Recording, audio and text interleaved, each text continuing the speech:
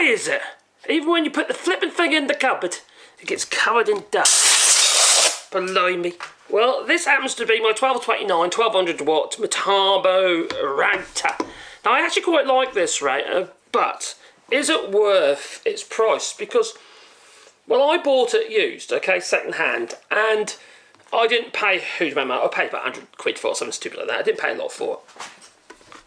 Actually, I think I even paid that for it. I think I paid 50 quid for it, 50 euros, which is cheap. Because these routers are, in Leroy Merlin's currently, are around 400, 450 euros. I don't know why. It is a good router, but is it worth that amount of money? But it's quite a compact router for a 1200 watt, I must say. And there are some nice design features, but also some stupid ones as well. Now, this happens to be a 1/4 inch router. I'm not sure if it can take a 8mm, you could obviously change the collar.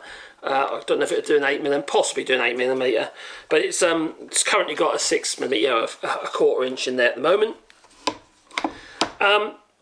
What do I like and what don't I like about it, you see? Being I've been living with it for some while now, I've probably had it, it's been in my ownership for at least, well, 7, 8 years, must be 8 years now, and I've used it a lot. Now, I tend to use it with the little guide, little collar guide thing here. Basically, it fits screws, 2 screws in there, and that comes with it. It's all part of the kit. Now, well, I say that when I got it, it was. So, whether it is now, I imagine it is.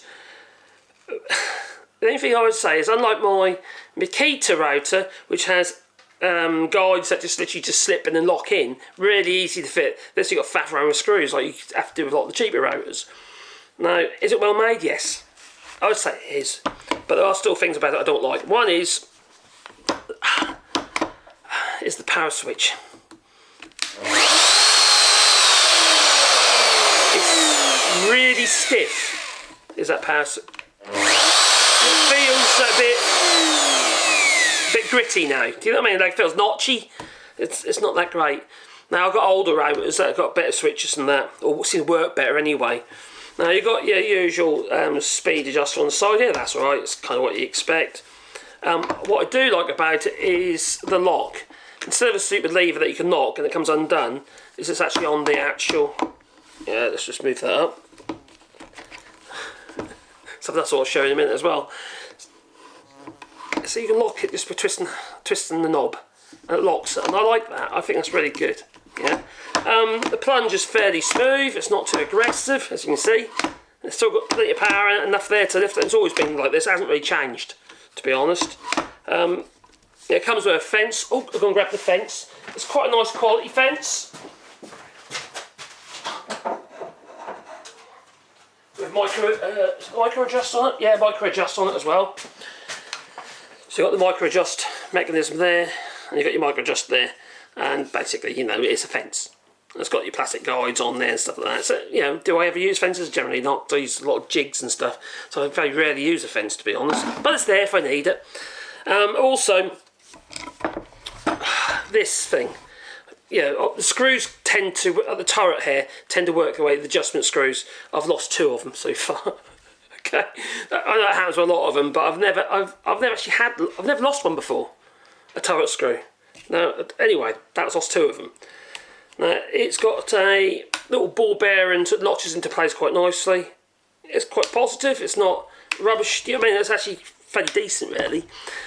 This is what I think is a bit odd. On there, you have a dial, a little dial, alright? Can you see it's broken? Right? I knocked it off. It's so easy to break. It's just a flimsy little plastic dial. It's that, you know, you've got a thin route and a stupid little plastic dial with a needle in it. And as I say, it got broken, so I just took the rest of it off. It was pointless. I never used it anyway. And that was for the micro adjust for the actual router itself, for this, you know, for the depth stop. So you can micro adjust it to that little gauge, little dial. It's a gimmick. That was a gimmick, absolute gimmick. But it's quite a decent depth gauge. Apart from that stupid little thing. Apart from this lever's plastic, it's a bit flexy. You know, I don't feel very positive. I just imagine it's slipping. It hasn't, but I can imagine it slipping. So maybe it's just me being nervous about these things.